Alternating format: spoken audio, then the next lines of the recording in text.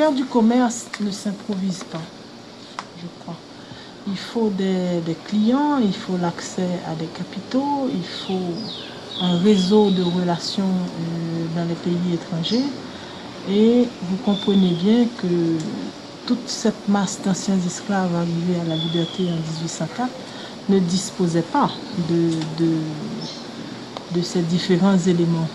Donc, pour commercer avec l'étranger, il a bien fallu passer, il fallait bien que le pays vive, donc qu'il produise et qu'il exporte. Donc, on a dû passer par des intermédiaires étrangers qui se sont au fur et à mesure installés dans le pays et qui sont venus, je dirais, a priori pour faire du commerce. On a accepté donc que les étrangers reviennent et les étrangers sont revenus très vite. Depuis 1804, il y a des Américains, il y a des Anglais, on fait le commerce avec eux, mais en leur gardant un statut tout à fait particulier. Et notamment donc le refus de l'accès à la nationalité haïtienne. Au fil du temps, on a créé en fait une citoyenneté à double vitesse, les Haïtiens d'origine et les Haïtiens tout court. L'Haïtien d'origine étant par définition africain.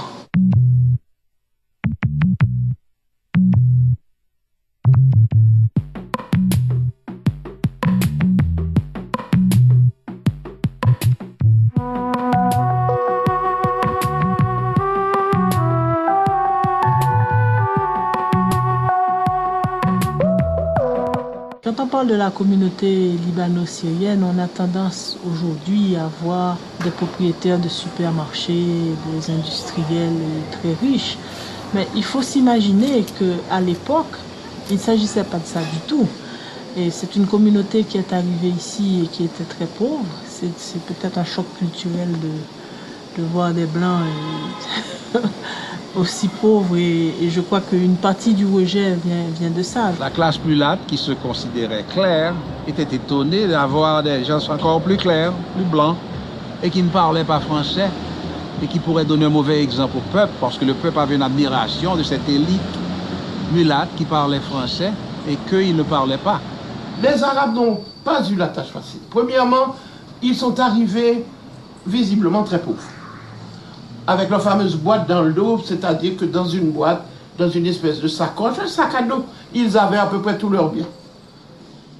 Ils ont été même au fin fond des provinces pour proposer leurs marchandises. À cette époque, le colportage et le porte-à-porte étaient interdits aux étrangers. C'est ce qui a soulevé toute cette campagne anti-syrienne. Et puis, ce qui a surtout choqué les Haïtiens, c'était le fait qu'ils dormaient en pleine rue, sur les places publiques, et aussi qu'ils étalaient leurs articles dans les rues, ce qui était à cette époque-là très inhabituel. Les premiers arrivés de cette colonie-là ne s'exprimaient pas autre qu'en arabe et très peu de créole. Ceux qui parlaient français, c'était l'exception. C'est ce qu'on m'a rapporté. Et l'haïtien, avec sa culture sortie justement de l'Europe, était considéré parlant français comme un élément supérieur.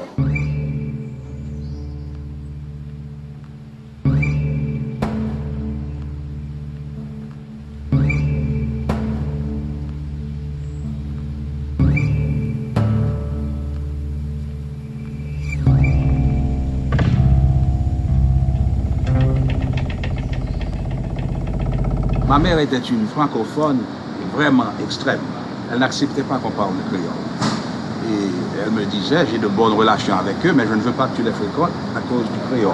Et de plus, elle ajoutait, ne va pas chez eux, tu vois, ils n'ont pas de rideaux. Parce qu'en ce temps-là, la tradition sociale, c'était d'avoir des rideaux chez soi. Chez nous, on refusait qu'on parle le créole pour parler bien français, pour plaire à la société. Pour s'intégrer, justement. Pour cette société. C'est ça. Ouais. Chez moi, on parlait arabe, mais j'ai jamais appris. On parlait anglais. Quand on ne voulait pas que mon père comprenne, on parlait espagnol. Donc, c'était un mélange, si tu veux, de tout. Et moi, ma réaction face aux préjugés que j'ai rencontrés depuis ma tendre enfance, même au jardin d'enfants, était qu'il fallait que je parle français mieux que tout le monde pour qu'on ne m'appelle plus Youn. Chez moi, on parlait l'anglais, le français, le créole, l'arabe, l'espagnol, ça dépendait. Mais comme enfant sensible, j'ai beaucoup souffert des préjugés, j'ai été traumatisé. Je me suis senti sans identité. Les Haïtiens me disaient que je n'étais pas haïtien, parce que j'étais un blanc. Les préjugés de couleur, il y avait beaucoup de préjugés de couleur, parce que le gouvernement Duvalier voulait régler ses affaires politiques, c'est une question de couleur. Alors moi, j'étais pris, nous étions pris entre le jeu. Mais pour chaque génération, c'était plus facile parce qu'on combattait, on luttait. Alors en Haïti, on est très haïtien, parce qu'on est blanc. J'étais aux États-Unis il y a 15 ans, 16 ans, je suis arrivé là-bas, il y avait beaucoup de préjugés de couleur. Je ne parlais pas bien l'anglais, on m'a dit, vous n'êtes pas américain. Qu'est-ce que vous êtes? Je suis haïtien. Vous n'êtes pas haïtien, vous êtes blanc. Mais on m'a toujours appris de ne jamais, jamais, jamais rougir de mes origines. Et j'ai jamais eu honte de dire, en fait, qui j'étais et d'où je venais. Mais je crois que parmi tous les enfants de ma famille,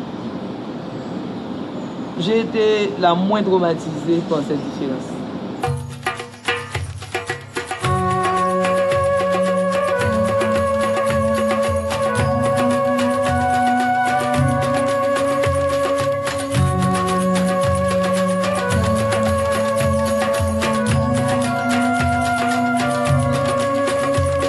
À l'école, on nous faisait la vie misérable.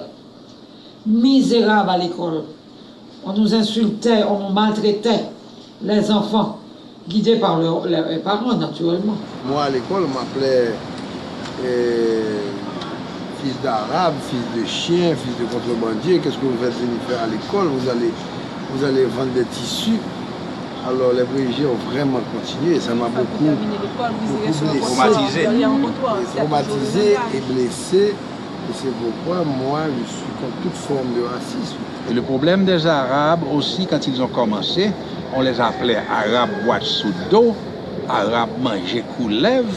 Et aujourd'hui, un plat de couleuvre, c'est un plat gourmet actuellement aux États-Unis qui coûte très cher. Ils étaient un peu repoussés des familles haïtiennes.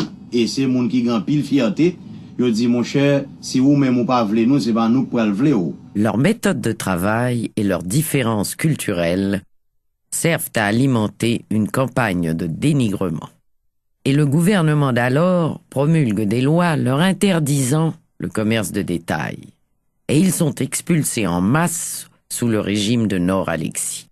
La campagne anti-syrienne a commencé effectivement depuis le gouvernement de Nord-Alexis en 1903, mais elle a pris beaucoup plus d'ampleur avec le gouvernement de Lecomte à partir de 1911. Lecomte a étudié en Allemagne, il a pu accéder au pouvoir avec l'aide des Allemands. À ce moment-là, c'était comme une promesse qu'il avait faite aux Allemands de les libérer des Arabes, des commerçants arabes. Lecomte a pris d'abord un arrêté pour faire un recensement de la population arabe en Haïti et à travers tout le pays, à Port-au-Prince et aussi bien dans les villes de province.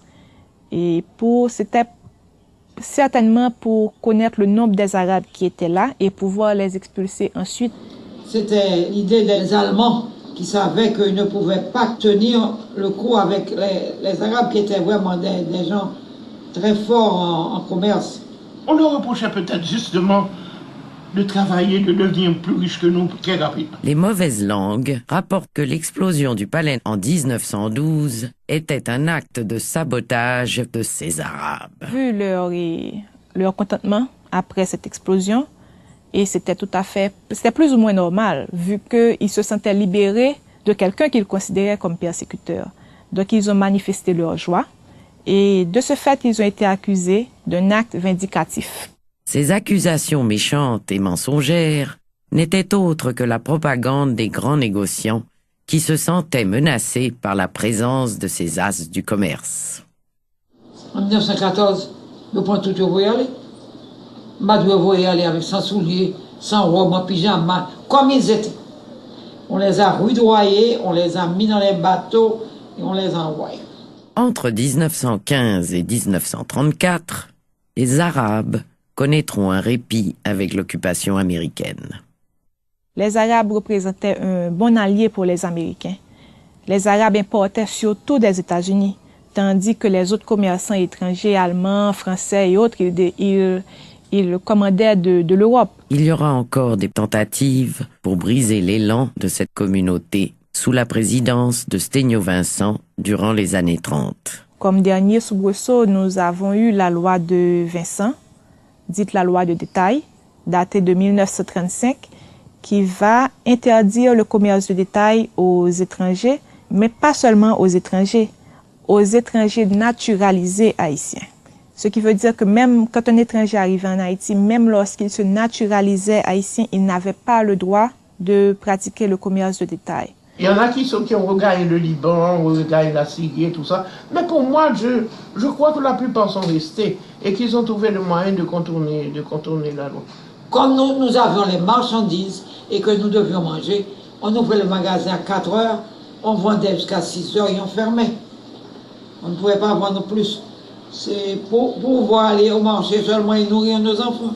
Les prix ont grimpé, la grogne populaire soulevée, la loi a été mise en veilleuse. Cette minorité a enfin gain de cause en dépit des persécutions dont elle a été l'objet. L'élite ne pouvait pas nous voir parce que les habitants, les paysans haïtiens nous préféraient à eux. Quand ils ont pris le commerce en détail, ils pensaient que ce serait facile. Ils mettaient des gants pour compter l'argent. Imaginez-vous, mettre des gants pour compter l'argent. Et les paysans étaient contre eux, 100%. Je peux vous dire, quand j'ai commencé à travailler moi-même, c'était dans les années 42, 45, j'étais jeune, mon père m'a mis très jeune au commerce. Le paysan arrivait à Port-au-Prince, enfin, et sans souliers, et si la police le rencontrait dans la rue, il l'arrêtait. Et ils avaient même peur de rentrer dans les magasins.